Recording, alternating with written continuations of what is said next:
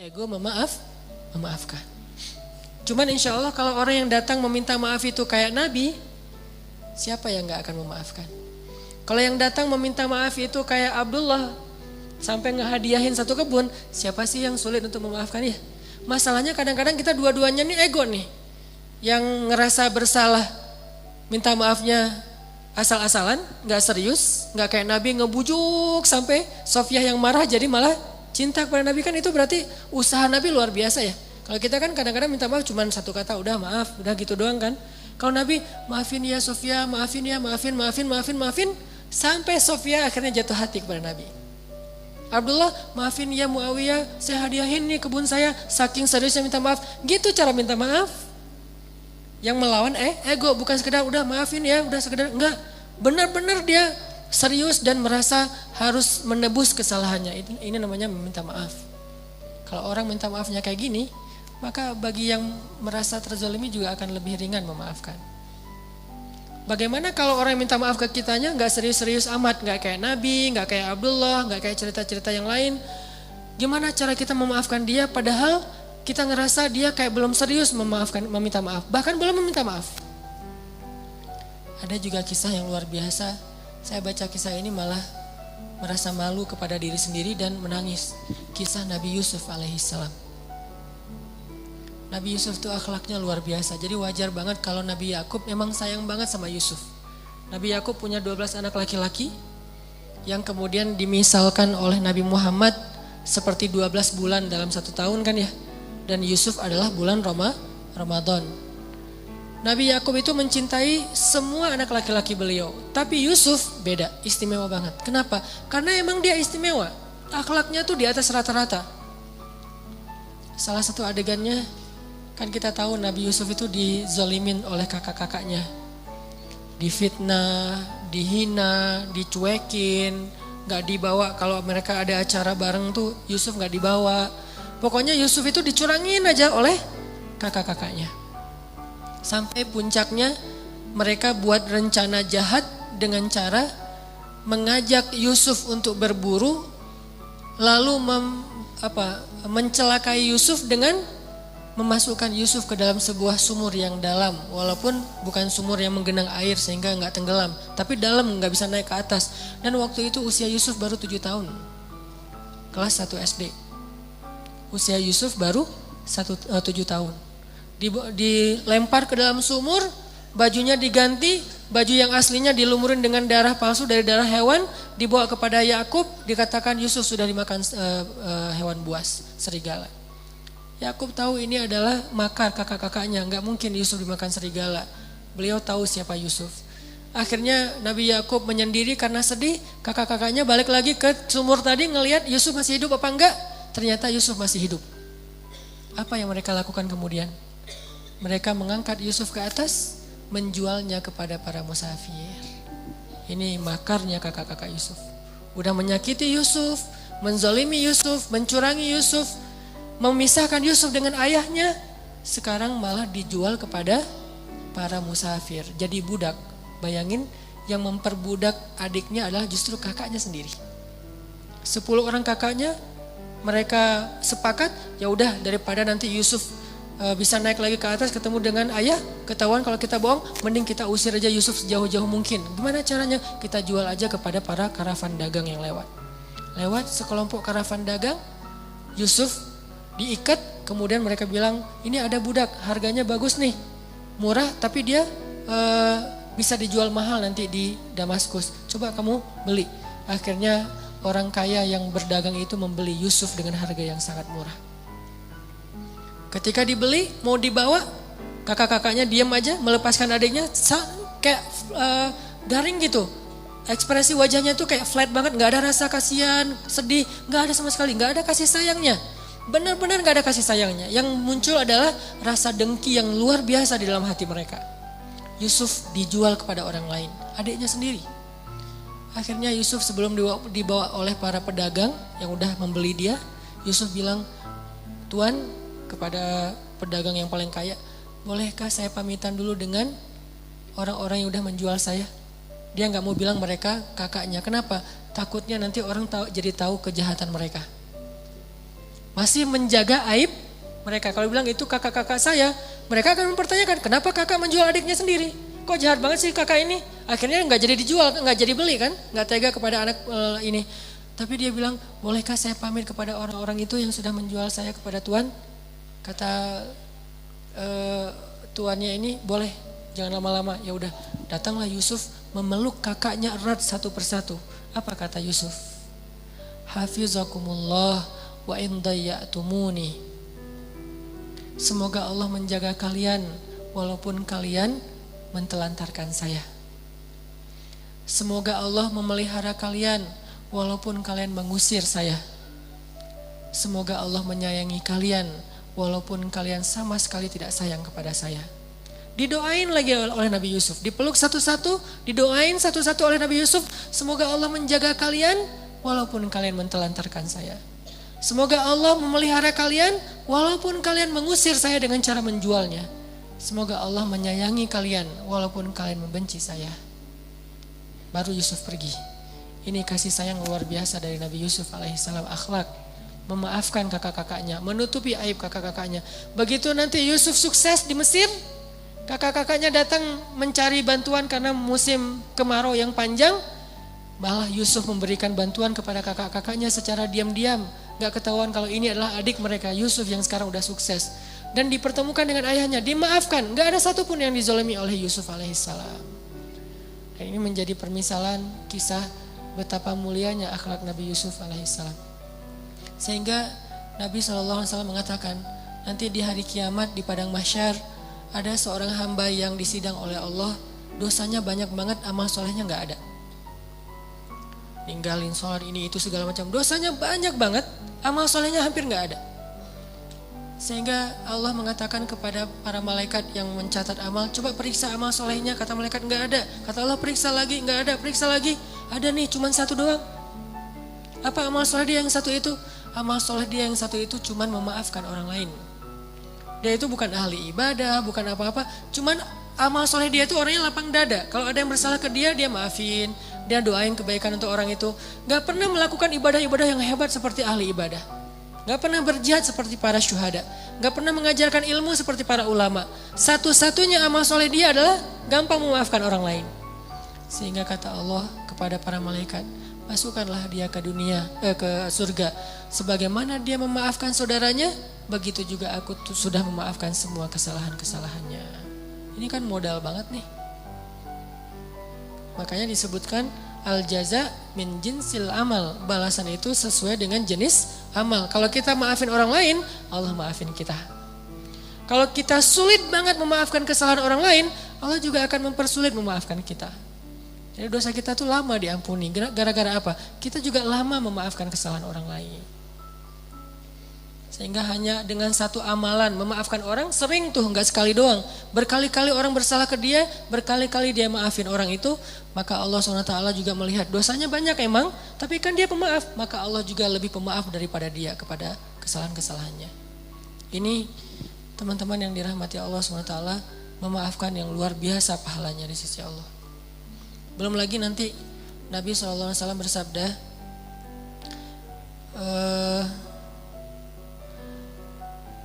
tidak akan sempurna iman seseorang. La yablughul abdu salihal iman, sampai tidak akan sempurna iman seseorang sampai dia yasila man qata'ah, menyambung silaturahim kepada orang yang memutuskannya. Wa yu'ti man haramah, dan memberi kepada orang yang tidak pernah mau memberi untuknya. Jadi nolongin orang yang gak mau nolongin dia.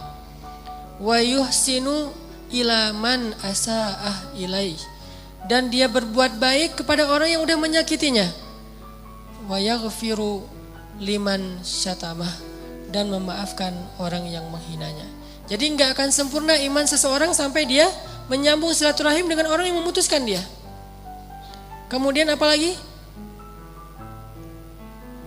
Memberikan bantuan kepada orang yang tidak pernah membantu dia. Jadi dulu ketika dia minta bantuan, orang itu nutup pintu rumahnya, gak mau bantu sama sekali. Sekarang begitu orang itu butuh bantuan, dia membantunya. Ini artinya membalas satu keburukan dengan kebaikan. Itulah puncak dari keimanan seseorang hamba. membalas keburukan dengan kebaikan. Itulah puncak dari keimanan. Sehingga Nabi Yusuf alaihissalam disebut mukmin sejati karena beliau mampu membalas keburukan kakak-kakaknya dengan doa-doa dan akhlak yang sangat baik. Ini melawan ego. Apa yang membuat kita mampu melakukan ini? Balik lagi kepada iman.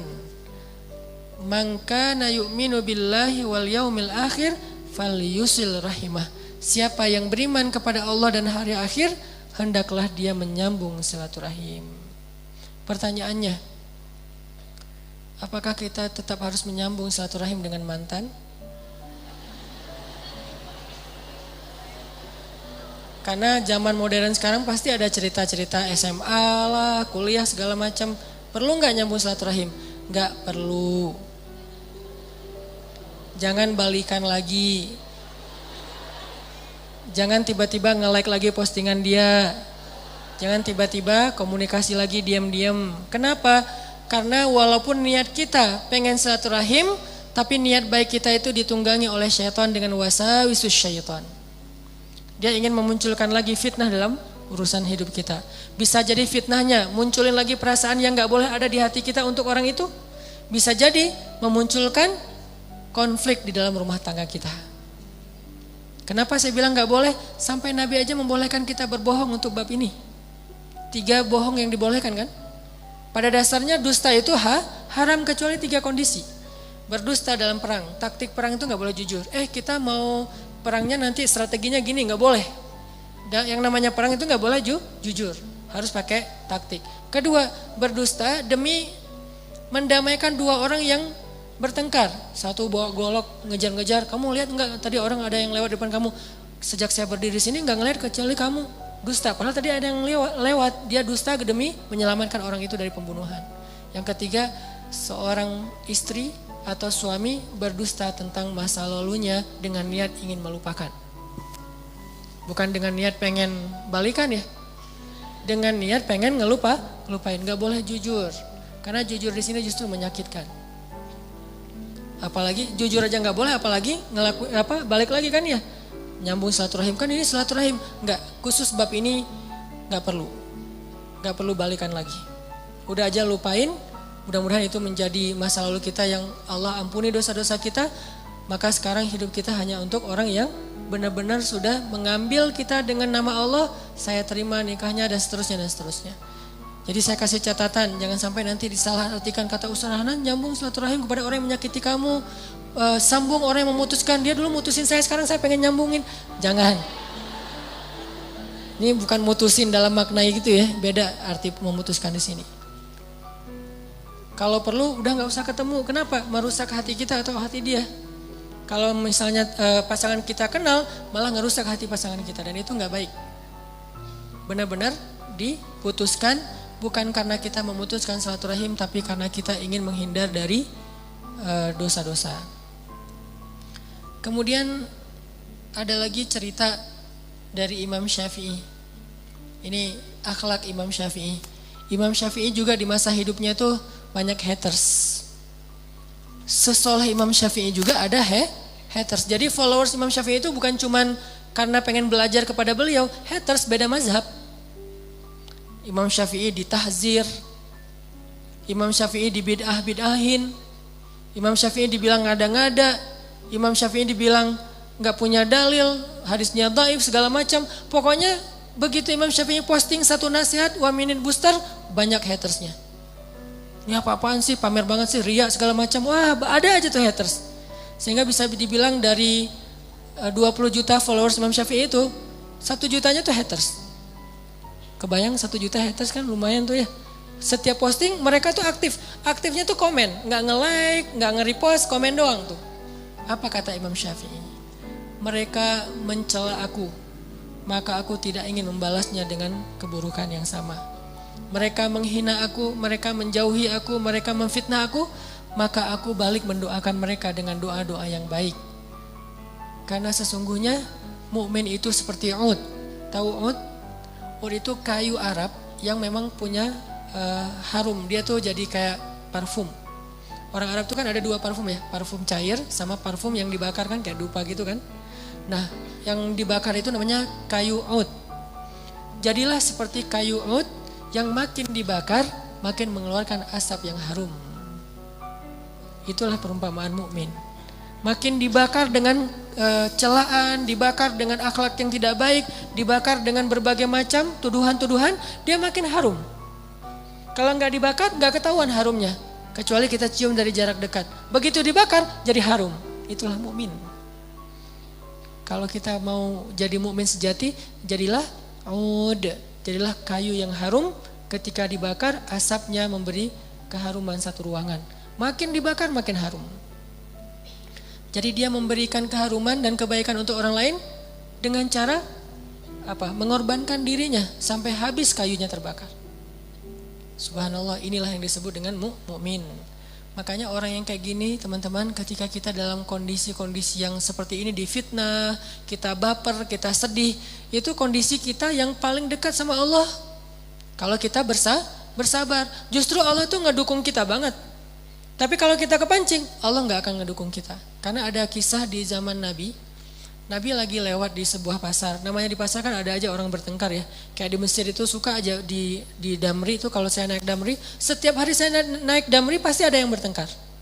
Ya Humar apa segala macam. Humar itu celaan orang Mesir ke temennya, keledai. Kamu tuh keledai segala macam, marah-marah, teriak-teriak.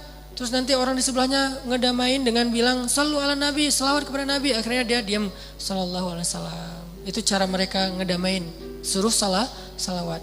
Kadang-kadang juga lagi marah-marah gitu, ngomel-ngomel, sebelahnya bilang shallu ala nabi, dia selawat tapi marah juga, sallallahu alaihi wasallam, lanjutin lagi marahnya. Ada yang kayak gitu, ada yang tenang, dimarah-marahin, dipanggil keledai segala macam, dia jawab apa? Emangnya ada keledai selain engkau di sini? Dia bilang, ya keledai kamu.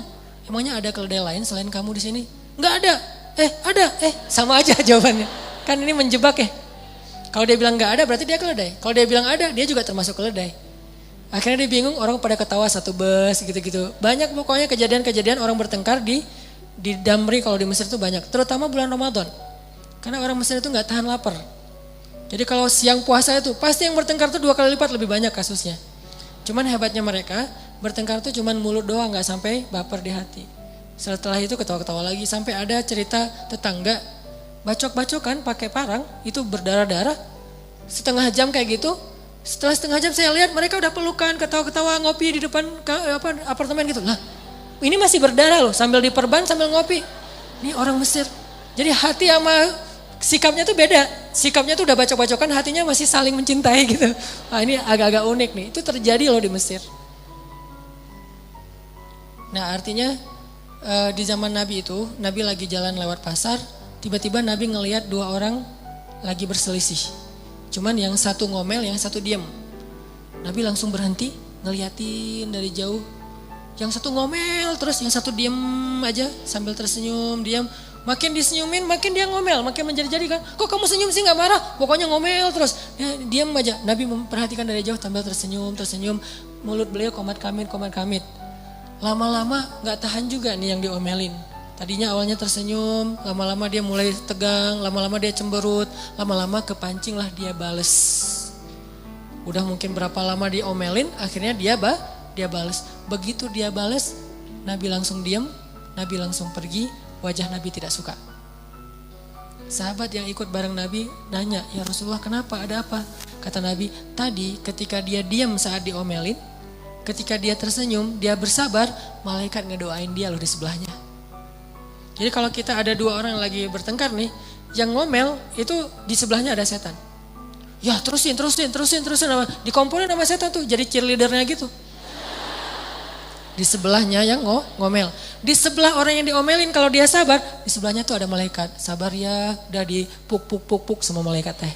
Cuman kita gak ngerasa doang tuh, bener-bener malaikat tuh gini-giniin loh. Sabar ya, semoga Allah merahmati kamu, semoga Allah mengampuni dosa kamu. Gitu banget loh malaikat, cuman gak ngerasa. Kalau ngerasa pasti kita kabur. Jadi ada 2 makhluk di sebelah orang yang bertengkar. Di sebelah yang ngomel ada jin, setan. Di sebelah yang diomelin kalau dia sabar ada malaikat yang ngedoain dia, ngapuk dia. Dan Nabi melihat, kan Nabi bisa ngelihat sesuatu yang gaib ya. Nabi ngelihat dan Nabi tersenyum. Nabi kagum kepada laki-laki yang tadi sabar. Tapi begitu dia kepancing, malaikat pun pergi meninggalkan dia dan Nabi juga pergi meninggalkan dia.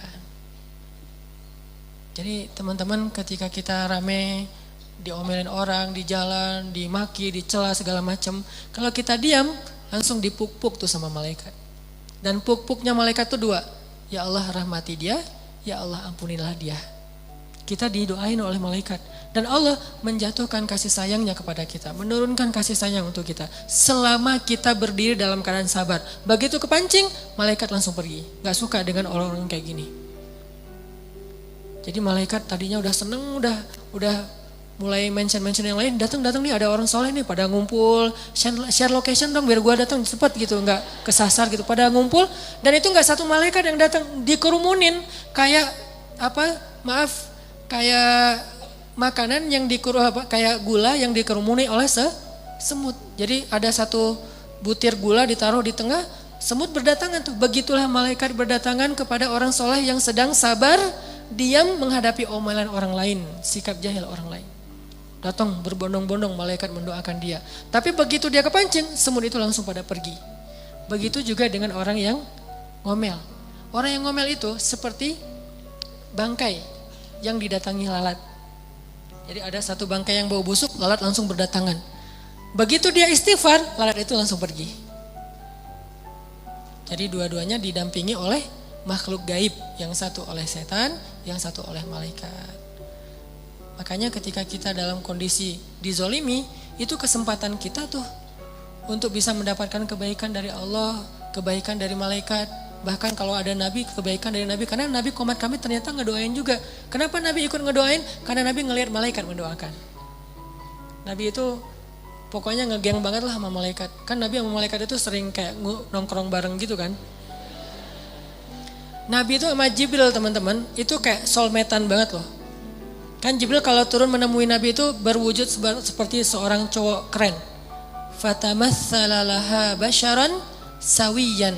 Maka Jibril pun menjelma sebagai seorang laki-laki yang sangat sempurna. Nah, Nabi itu kalau misalnya Jibril telat datang, Nabi itu suka ngelihat ke langit. Jadi keluar dari rumah, lihat ke langit, mana ya kok gak ada tanda-tanda Jibril datang gitu. Gak ada tanda-tanda sama sekali. Terus besok datang lagi ke tempat yang luas gitu ngelihat ke langit. Pernah Nabi berhari-hari gak ketemu Jibril dan kangen banget sama Jibril. Mau ditelepon gak punya nomornya. Susah kan Jibril gak pakai handphone. Mau digimanain doa kepada Allah, terus kayak belum datang aja Jibrilnya, udah di-mention ya Allah Jibril mana, gak datang-datang Jibril tuh. Setiap hari Nabi ngeliat ke langit, gak ada Jibril, ngeliat ke langit, gak ada Jibril, berharap sekali ngeliat tuh ada Jibril dan langsung dipanggil, gak ada sama sekali. Berhari-hari setelah lama gak ketemu Jibril, Nabi udah sedih banget, teman ngopi Nabi banget nih Jibril. Tiba-tiba datang Jibril, Nabi nanya, Jibril kemana aja, kangen tahu kalau bahasa kita meh. Jibril kemana aja? Akhirnya kata Jibril turunlah ayat di surat Maryam. Wa ma natanazzalu illa bi amri rabbik. Ya Muhammad saya juga kangen. Tapi sifat malaikat tidak melakukan sesuatu kecuali perintah Allah. Gimana pun Jibril kangen kepada Nabi, Allah gak nyuruh beliau turun maka dia tidak turun. Jadi sama-sama kangen nih. Yang di langit kangenin yang di bumi juga kangen kepada yang di langit. Tapi kedua-duanya tidak bisa ketemu karena belum ada perintah Allah Subhanahu wa taala. Wa ma natanazzalu illa bi amri rabbik. Kami tidak turun kecuali dengan perintah Allah ya Rasulullah. Walaupun kangen sebetulnya. Jibril ada emosi? Ada. Suka benci ada di hati Jibril. Cuman suka dan benci Jibril itu sesuai dengan kehendak Allah, taat. Jadi teman-teman kalau kita misalnya lagi digituin, berarti kita ada kesempatan nih didampingin malaikat. Diam aja, jangan kepancing. Begitu kepancing berarti kita harus langsung berimajinasi, oh aduh malaikat pergi nih. Ini kondisi kita memaafkan. Apalagi kalau kita udah maafin, lebih banyak lagi malaikat yang datengin kita. Langsung jadi selebgram langit tuh. Para malaikat langsung pada nge-repost, langsung pada ngomongin, kemarin tuh ada hamba Allah yang luar biasa loh. Dia itu dizolimi tapi maafin. Sehingga para malaikat tuh jadi kayak tiba-tiba kita jadi terkenal di antara para malaikat. Siapa namanya? Dimension satu dengan yang lain. Sehingga lama-lama ketika nanti ketemu di akhirat, oh ini orangnya minta tangan foto. Kenapa? Udah terkenal duluan di bumi. Itu terjadi teman-teman di langit. Bukan sekaku di langit itu hening-hening aja, gak ada kejadian apa-apa. Enggak, di langit itu lebih heboh daripada di bumi. Kalau di bumi aja ada gosip, trending topik, segala macam. Di langit lebih dari itu loh. Ada gosip-gosip kebaikan, siapa yang baru saja memaafkan, siapa yang baru saja melakukan kebaikan. Itu terkenal di langit, diomongin oleh para malaikat. Kan malaikat itu membawa amal kita tuh pagi dan petang ya. Dan mereka ngelintasin pintu-pintu langit. Setiap pintu langit yang dilintasin itu malaikat nanya, ada apa? Ada yang update yang heboh-heboh enggak? Disampaikan terus diomongin di langit pertama. Naik ke langit kedua diomongin di langit kedua sampai kepada Allah. Semua langit membicarakan orang tersebut coba. Mungkin di dunia followers kita cuma berapa belas orang doang. Tapi di akhirat atau di langit, wah para malaikat kenal banget sama kita. Kalau kita menjadi orang yang sabar, diam, memaafkan.